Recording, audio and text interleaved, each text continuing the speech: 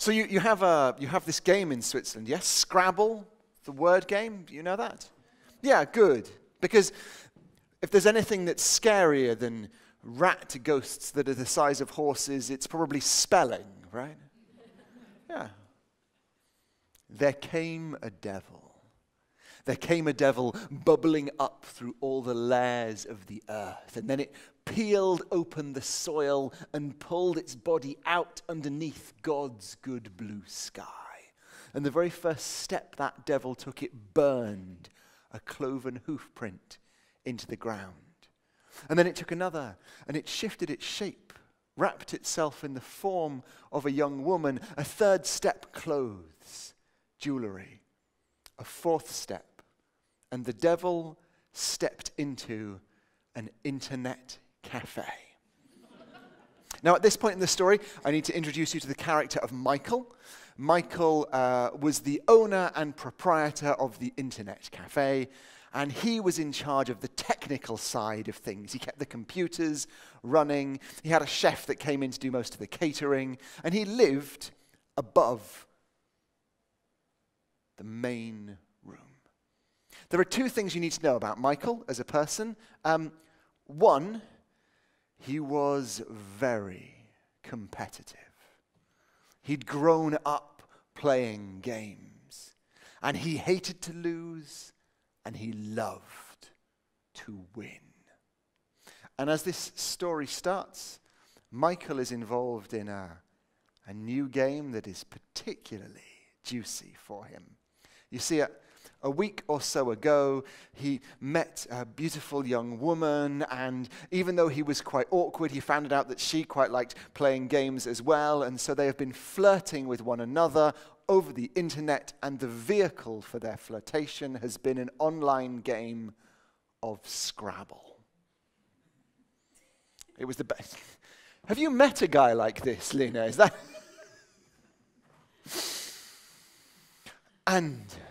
And on the morning that this story began, the game was nearing its conclusion. And Michael was winning. They were playing on a Facebook app, the Scrabulous app. That night, the night before he'd gone to bed, he'd only had 4 letters left: an F, an I, an N, and an A. And he knew there was an open L on the board, which meant he was going to go out poetically with what word? Final. Yeah, you're on the ball here. Final. He got up. He put, just for luck, a blank Scrabble tile into his breast pocket. Not for luck in winning the game. He was already confident about that, but luck that maybe she would enjoy the way he won. He had invited her over for dinner that evening. Oh, I said there were 2 things you needed to know about Michael. The second thing you need to know about him is this, that he was particularly particular about the coleslaw.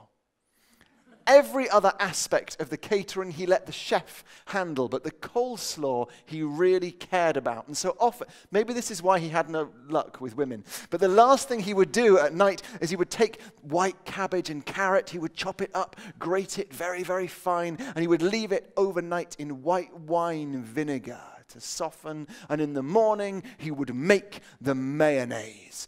Who here has ever made mayonnaise? Yeah. Who here has ever made mayonnaise more than once?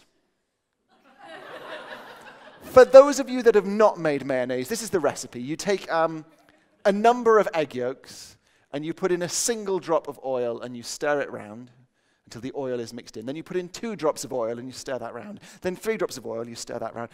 And if you ever get too hasty, if you add the oil too quickly, the whole thing separates into a disgusting globular mess.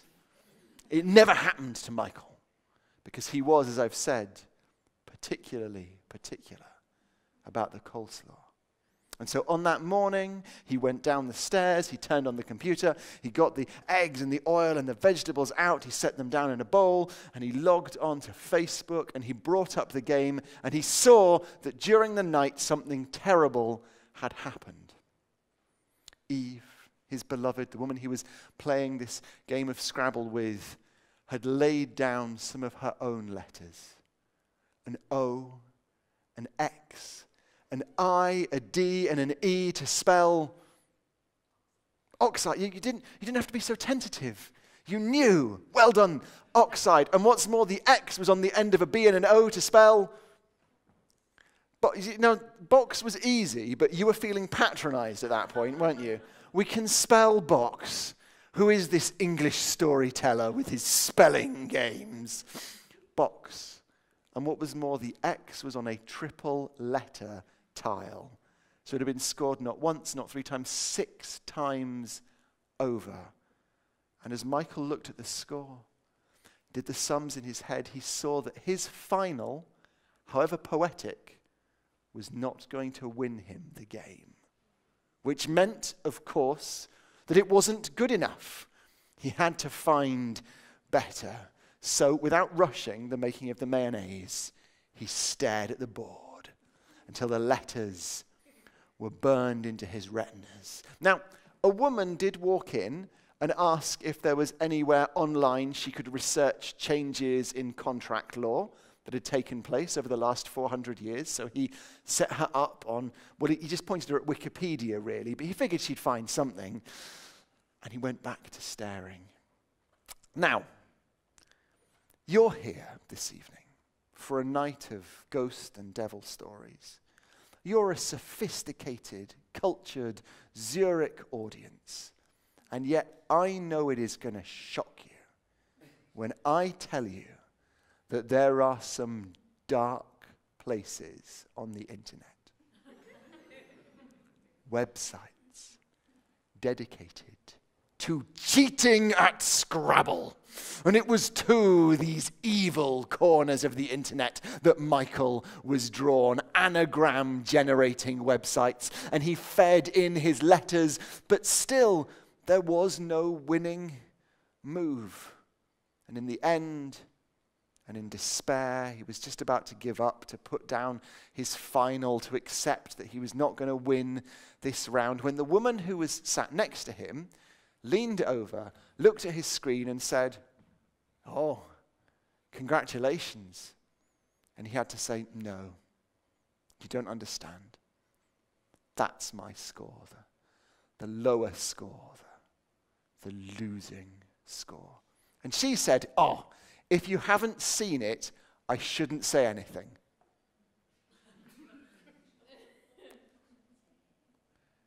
Seen what? Oh, no, it would be cheating for me to help you. No, it's all right. It's all right. Go on. "What's it worth?" she said. And he thought about this for a moment, Michael, and he answered this: "Anything. Whatever you want, you can have anything." "Oh, all right," she said. "Well, there are 2 things that I will need. First, I will need permission to make words on your behalf." "Of course," he said, and he scooted back his little wheelie chair, and she pulled in close, and she took pay attention here, she took the F, and she laid it next to AUST, oust, which is a contraction of Australian, and then she laid down the I, and then the A, and the N to spell Faustian. I'm really glad you got it. And I'm still trying to work out if everyone else was waiting for you to leap in with that, or if they'd all figured it out and they were just like, we don't like joining in here. And we thought that Tim would have figured that out by now. Why does he keep making us Faustian? And Michael watched as his score added all the way up to 666 points. The F was on one triple word score. The N was on another. It was amazing. He jumped up, began to do a little victory boogie in the cafe. And as he was dancing, he saw that the woman was grinning at him like a cat that has a small mouse. And he said, "Oh, you said there were 2 things that you'd want from me. What's the next thing?" "Oh, Michael," she said, "I want your soul." "My soul? For the winning move in a game of Scrabble? You said anything." "Yes, but I'm an atheist and I don't even know what a soul is. I don't care. I'll explain it to you. Your soul, Michael, is that most precious piece. It's that blank slate. It's that part of you you keep close to your heart. And with your decisions, you give it a meaning. Oh, said Michael, I can give you that. And he reached into his breast pocket and he pulled out the blank Scrabble tile that he'd put there for luck. And he flicked it through the air and the devil caught it. And she growled. But she stood up. And she walked to the door, and just before she walked out of the internet cafe, she turned and she said, you and I will play again. And as she left, the bell tolled above her. But Michael went back to his victory dance, because not only had he beaten his new love Eve in a game of Scrabble, he had cheated the devil to do it. And that seemed to him like a really great start to the day. I'll be honest, things plateaued after that. The rest of the day was quite boring. And at the end of the day, he got a message from Eve to say that she was going to come round for dinner that evening. That was great. And just as the chef was leaving, the chef turned to Michael and said, Mikey, I'm going to go do a little shopping run. Is there anything that we need? And Michael found himself saying, go and get the biggest, cheapest tub of coleslaw that you can find, because our customers cannot tell the difference. I knew you'd break one day, and Mikey was gone. The chef was gone.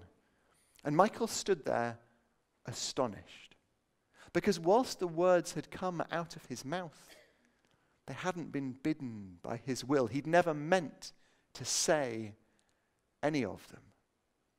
Well, that was odd, right? And later on that evening, Eve came round and Michael prepared the dinner. When I say he prepared the dinner, the chef had cooked it earlier, but Michael microwaved it to perfection. And he uncorked the wine and he poured them both a glass. And as he was laying the plates on the table, Eve looked at him and said, Faustian. God, what a good word. I've never seen a score like that. Yeah, said Michael.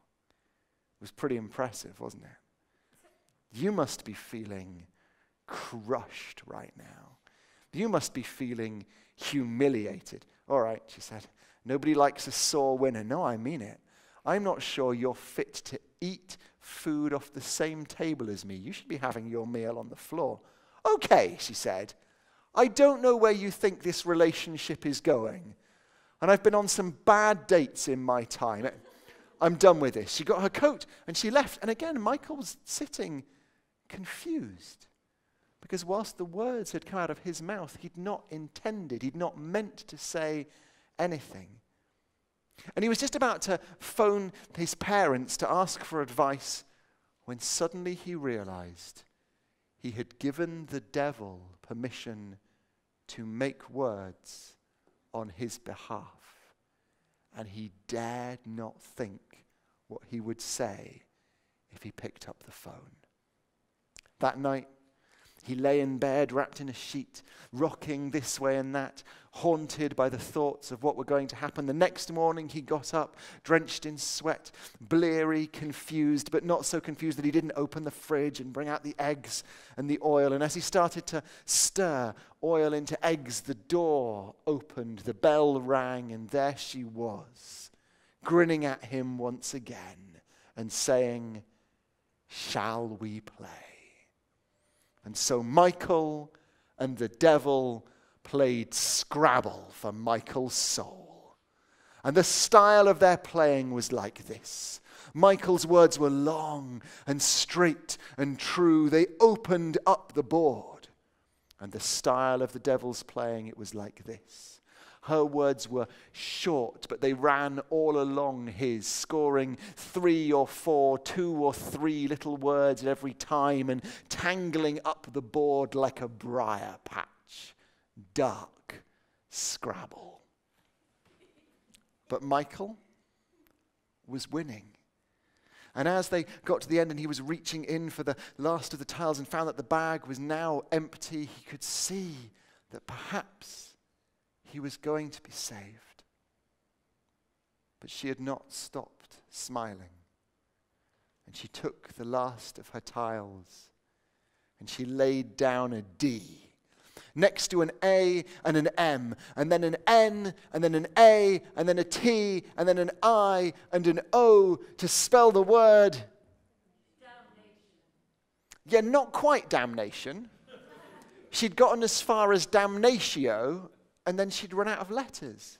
And Michael looked, he could see that the tile rack where she'd been keeping her was empty. And he jumped up to his feet and he started to dance again because he was fairly certain that the word damnatio was not going to be found in any Scrabble dictionary. But the grin was still there. And with horror, he watched her pull from her pocket that blank Scrabble tile. And she laid it down saying, "That's an N." Later that morning, the chef arrived. Oh, and the first thing he did was he took the eggs and he threw them in the bin and he opened all of the windows. He turned on the ventilation fans, but it didn't seem to matter. Whatever he did, he could not get rid of the appalling aroma of sulfur. Thank you.